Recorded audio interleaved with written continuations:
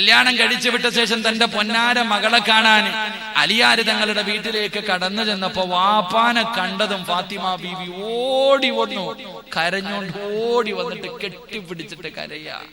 ഫാത്തിമ ബീബി റളിയല്ലാഹു തആല അൻഹ കരയാ. എന്തേ മോളെ കരയണേ?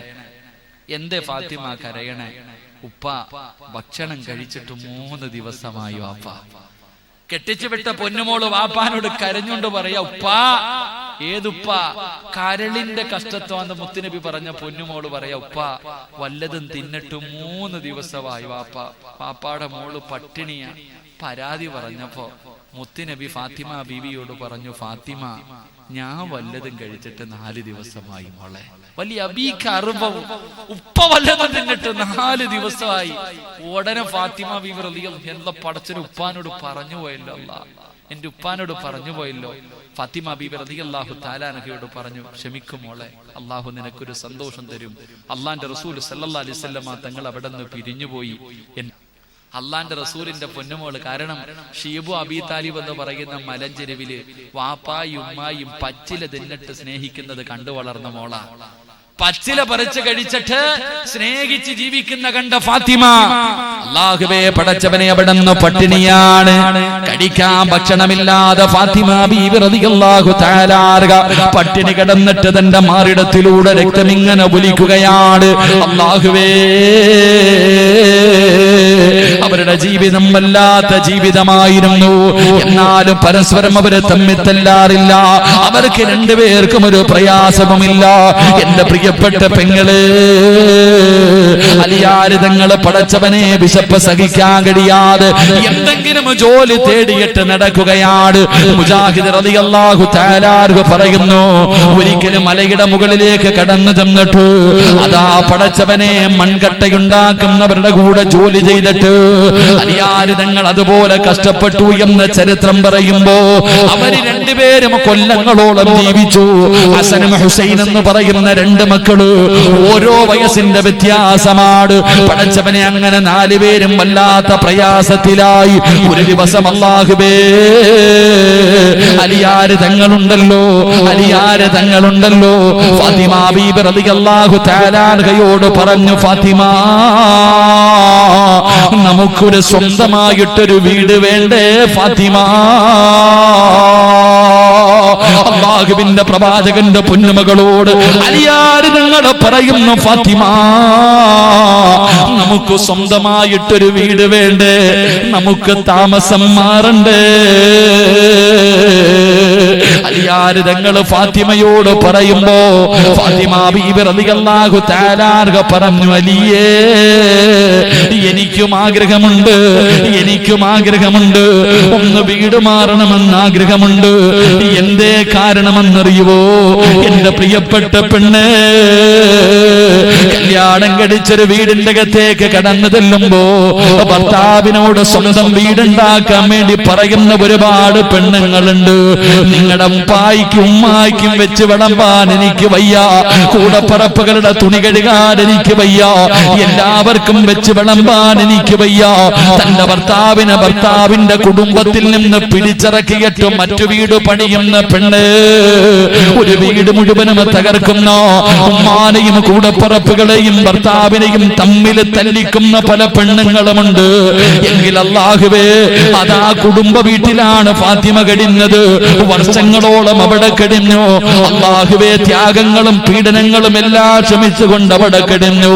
ഒരു ദിവസം അലിയാര് തങ്ങൾ പറഞ്ഞു, ഫാത്തിമ നമുക്ക് സ്വന്തമായിട്ടൊരു വീട് വേണമല്ലോ. അലിയാര് തങ്ങൾ ഇത് പറയുമ്പോ ഫാത്തിമ ബീബി റളിയല്ലാഹു തആല പറഞ്ഞു, എനിക്കും ആഗ്രഹമുണ്ട്, ഇവിടെ നിന്ന് മാറണമെന്ന് എനിക്ക് ആഗ്രഹമുണ്ട്. എന്തിനെന്നറിയോ? മാറണമെന്ന് ആഗ്രഹമുള്ളത് എന്തിനെന്നറിയോ? അലിയാര് തങ്ങള് നിങ്ങളുടെ ഉമ്മയും പെങ്ങന്മാരും ഇവിടെയുണ്ട്. നമ്മൾ പട്ടിണി കിടക്കുന്നത് അവര് കണ്ടാൽ അവരുടെ മനസ്സ് വേദനിക്കുമല്ലോ. അല്ലാഹുവിന്റെ പ്രവാചകന്റെ പൊന്നുമോളം മക്കളും പട്ടിണി കിടക്കുന്നത് കണ്ട നിങ്ങളുടെ ഉമ്മായിക്കും കൂടപ്പറപ്പുകൾക്കും സഹിക്കാൻ കഴിയില്ലല്ലോ. നമ്മൾ രണ്ടുപേരും കഴിക്കാൻ ഭക്ഷണമില്ലാതെ ഈ വീടിന്റെ അകത്ത് പട്ടിണി കിടക്കുന്നത് കണ്ടാൽ റസൂലുള്ളാഹിന്റെ പൊന്നുമോള് പട്ടിണിയാണല്ലോ, ഹസനും ഹുസൈനും പട്ടിണിയാണല്ലോ, അത് കാണുമ്പോ നിങ്ങളുടെ ഉമ്മായിക്കും പെങ്ങന്മാർക്കും സഹിക്കാൻ കഴിയില്ല. അവരുടെ മനസ്സിന് വല്ലാത്ത വേദനയാ. അതുകൊണ്ട് എനിക്കും ആഗ്രഹമുണ്ട് നമുക്കിവിടെ നിന്ന് മാറാം. പട്ടിണിയാണെങ്കിലും ആരും കാണില്ലല്ലോ. പക്ഷേ നിങ്ങളുടെ കയ്യിൽ പൈസ ഇല്ലല്ലോ, നിങ്ങളുടെ കയ്യിൽ ഒന്നുമില്ലല്ലോ. പിന്നെ എങ്ങനെ നമ്മൾ മാറുമെന്ന് ചോദിക്കുമ്പോ അലിയാര് തങ്ങൾ പറയുന്നു, ഫാത്തിമ, അലിയാര് തങ്ങൾ പറയുന്നു, ഫാത്തിമ, നീ നാളെ ഉപ്പാടെ മുന്നിൽ പോകണം, അള്ളാഹുവിന്റെ പ്രവാചകന്റെ മുന്നിലേക്ക് പോകണം. അള്ളാന്റെ റസൂലിന്റെ കൂട്ടുകാരനായ ഹാരിസത്ത് ഇബ്നു നുഅ്മാൻ, ആ സ്വഹാബിക്ക് 2 വീടുണ്ട്. ഒരു വീട് ചുമ്മാതെ കിടക്കുകയാണ്. അള്ളാന്റെ റസൂല് ചോദിച്ചാ സഹാബി കൊടുക്കും. അതുകൊണ്ട് നീ നിന്റെ വാപ്പയോട് പോയിട്ട് ഇത് പറയണമെന്ന് അലിയാളവിടെന്ന് പറഞ്ഞു കൊടുക്കുമ്പോൾ ഫാത്തിമ ബീബി റളിയല്ലാഹു തആല അൻഹ, ഫാത്തിമ ബീബി പിറ്റേ ദിവസം വാപ്പാടെ മുന്നിൽ ചെന്നു. വാപ്പായിക്ക് വല്ലാത്ത സന്തോഷമായി, ഫാത്തിമാനെ കണ്ടതും വല്ലാത്ത സന്തോഷമായി. തന്റെ പൊന്നുമകളുടെ നെറ്റിത്തടത്തിൽ ഉമ്മ കൊടുക്കുകയാണ്. എന്തേ ഫാത്തിമ വന്നത്? അവിടെ നിന്ന് പറഞ്ഞു, വാപ്പാ, എനിക്കിപ്പോ 2 മക്കളായി വാപ്പാ, ഹസനും ഹുസൈനും 2 മക്കളാണ്. ഞങ്ങൾക്ക് കേറിക്കിടക്കാൻ ഒരു വീടില്ല, എന്റെ ഭർത്താവിന് വീട് വാങ്ങാൻ പൈസയില്ല, ഒരു വാടക വീട് പോലും എടുക്കാൻ പൈസയില്ല. ഞങ്ങളുടെ അവസ്ഥ എന്താണെന്ന് വാപ്പയ്ക്കറിയുമല്ലോ. അതുകൊണ്ട് വാപ്പാ, ഹാരിസത്ത് ഇബ്നു നുഅ്മാൻ എന്ന് പറയുന്ന സ്വഹാബി വല്ലാത്ത ഇഷ്ടമാണല്ലോ ഉപ്പാനെ വല്ലാത്ത ഇഷ്ടമാണല്ലോ. ആ സ്വഹാബിക്ക് 2 വീടുണ്ട്. ഒരു വീട് ചുമ്മാതെ കിടക്കുകയാണ്. വാപ്പ എനിക്ക് വേണ്ടി ചോദിച്ചാ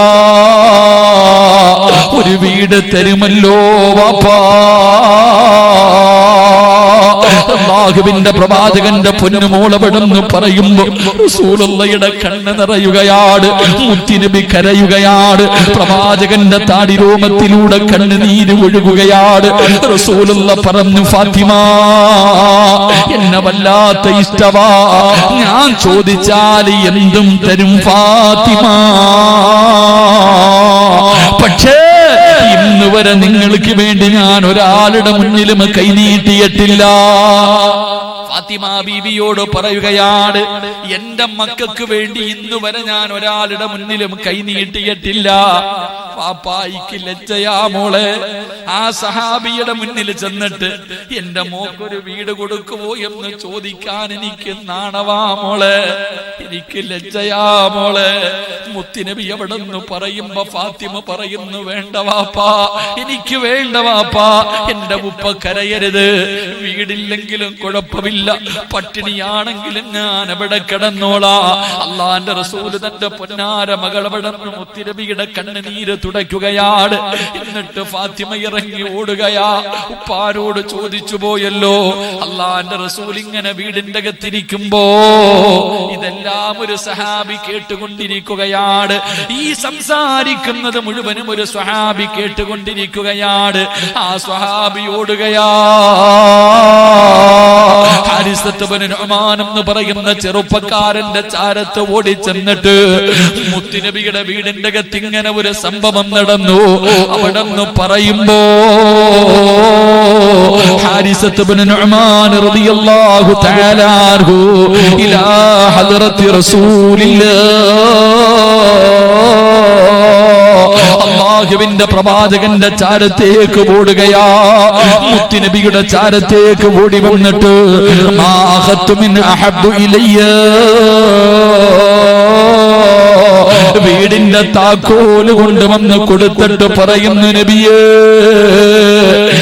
ഏത് വീട് വേണമെങ്കിലും എടുത്തോ നബിയേ, എന്റെ ഏത് വീട് വേണമെങ്കിലും എടുത്തോ, ഫാത്തിമയ്ക്ക് കൊടുക്കാൻ തയ്യാറാ. ആ സ്വഹാബിയതാ വീടിന്റെ താക്കോല് കൊണ്ട് കൊടുക്കുമ്പോ അള്ളാന്റെ റസൂല് ഓടുകയാണ്. പൊട്ടിക്കരന്നുകൊണ്ട് വീട്ടിൽ നിന്ന് ഇറങ്ങിപ്പോയ ഫാത്തിമ എന്ന് പറയുന്ന പൊന്നാര മകളുടെ തേടി അള്ളാന്റെ റസൂൽ ഇറങ്ങി ഓടുകയാണ്.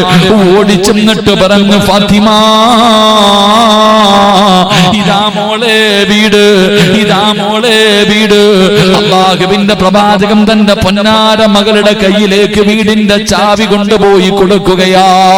പെങ്ങളെ പഠിക്ക്, ഭർത്താവിന്റെ ജോലി എന്താണ്? ആ മനുഷ്യൻ നീ ചോദിക്കുന്നത് മുഴുവനും വാങ്ങിത്തരാൻ കഴിയുമോ? ഇല്ല.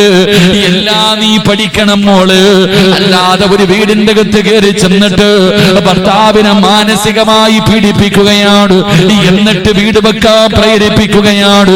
ഇല്ലെന്ന് പറഞ്ഞാൽ ലോൺ എടുപ്പിക്കുകയാ, പലിശക്കെടുത്തിട്ട് തന്നെ സ്വന്തം വീട് വെക്കാൻ പരിശ്രമിക്കുന്ന പെണ്ണ്. ഈ ഫാത്തിമാനെ കണ്ടുപഠിക്ക്, ഈ ഫാത്തിമ ബീവിയുടെ ജീവിതം കണ്ടുപഠിക്ക്. അല്ലാഹുവിന്റെ പ്രവാചകൻ അവിടെ നിന്ന് വീടിന്റെ താക്കോല് കൊടുത്തു. ആ വീടിന്റെ അകത്താണെങ്കിൽ സുബ്ഹാനല്ലാഹ് വീടല്ലാതെ മറ്റൊരു വസ്തുവില്ല. അങ്ങനെ ഫാത്തിമ ബീബി റളിയല്ലാഹു തആല അൻഹ അലിയാർ തങ്ങളും ഹസനും ഹുസൈനും കൂടെ പുതിയ വീടിന്റെ അകത്തേക്ക് താമസം കയറുകയാണ്. മുത്തുനബി വാങ്ങിക്കൊടുത്തത് എന്തെന്നറിയോ? കിടക്കാനൊരു കട്ടില്, വിരിക്കാനൊരു വിരിപ്പ്, ചില പാത്രങ്ങള്, പടച്ചവനെ ഒരു ആട്ടുകല്ല്.